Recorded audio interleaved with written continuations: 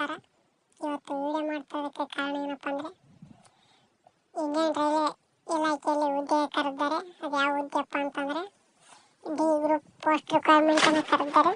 So ಇದು ಯಾವ ರೀತಿ ಅರ್ಜಿ ಸಲ್ಲಿಸೋದು, ಕೊನೆ ದಿನ ಯಾವಾಗ, ಅರ್ಜಿ ಪ್ರಾರಂಭವಾದ ದಿನ ಯಾವುದು, ಸೊ ಕ್ವಾಲಿಫಿಕೇಷನ್ ಏನಿರಬೇಕು, ಹುದ್ದೆ, ಸೊ ನಿಮ್ಮ ವಯಸ್ಸೆಷ್ಟು ಇರಬೇಕು, ಎಷ್ಟು ಹುದ್ದೆಗಳು ಬಂದಿವೆ, ಯಾರ್ಯಾರಿಗೆಲ್ಲ ಎಷ್ಟೆಷ್ಟು ಇರುತ್ತೆ ಅಂತ ಏನು ಕೇಳಬೇಕಪ್ಪ ಅಂತಂದರೆ, ಸೊ ವಿಡಿಯೋನ ಕೊನೆವರೆಗೂ ನೋಡಿ.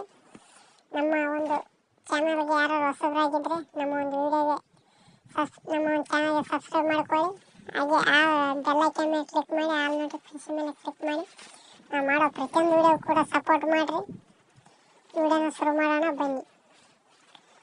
ಭಾರತೀಯ ರೈಲ್ವೆ ಇಲಾಖೆ ನೇಮಕಾತಿ ಹುದ್ದೆಗಳಲ್ಲಿ ಸೊ ವಿದ್ಯಾರ್ಹತೆ ಏನಪ್ಪ ಅಂತಂತ ಕೇಳಿದಾರಂದರೆ, ಸುಮಾರು 22,000 ಹುದ್ದೆಗಳು ಬಂದಿದ್ದು, ವಿದ್ಯಾರ್ಹತೆ ಏನಿರಬೇಕಪ್ಪ ಅಂದರೆ ಕ್ವಾಲಿಫಿಕೇಷನ್ SSLC 10th ನೀವು ಉತ್ತೀರ್ಣರಾಗಿರಬೇಕು. ಉತ್ತೀರ್ಣ ಅಂದರೆ ಸೊ ನೀವು ಹೈಯೆಸ್ಟ್ ಅಂಕವನ್ನು ಮಾಡಿರಬೇಕು. ನೀವು ಒಂದು ಈ ಇಲಾಖೆಗೆ ಆಯ್ಕೆ ಆಗೋದಕ್ಕೆ ಒಂದು ಕಾರಣ ಆಗಿರುತ್ತೆ ಇದನ್ನು ಕೂಡ.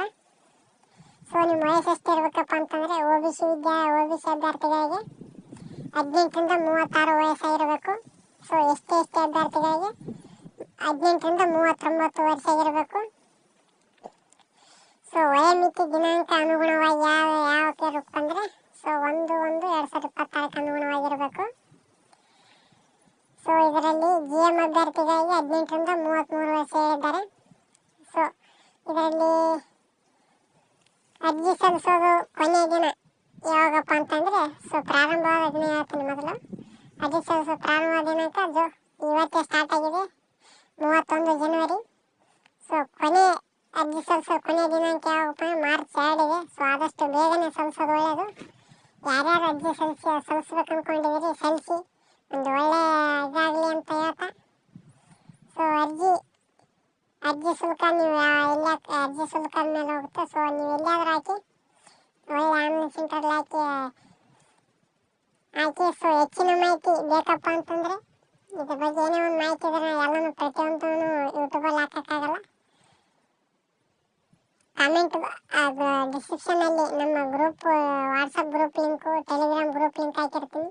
ಸೊ ಅಲ್ಲಿ ಲಿಂಕ್ ಮೇಲೆ ಕ್ಲಿಕ್ ಮಾಡಿ ವಾಟ್ಸಪ್ ಟೆಲಿಗ್ರಾಮ್ ಗ್ರೂಪ್ಗೆ ಜಾಯ್ನ್ ಆಗಿ.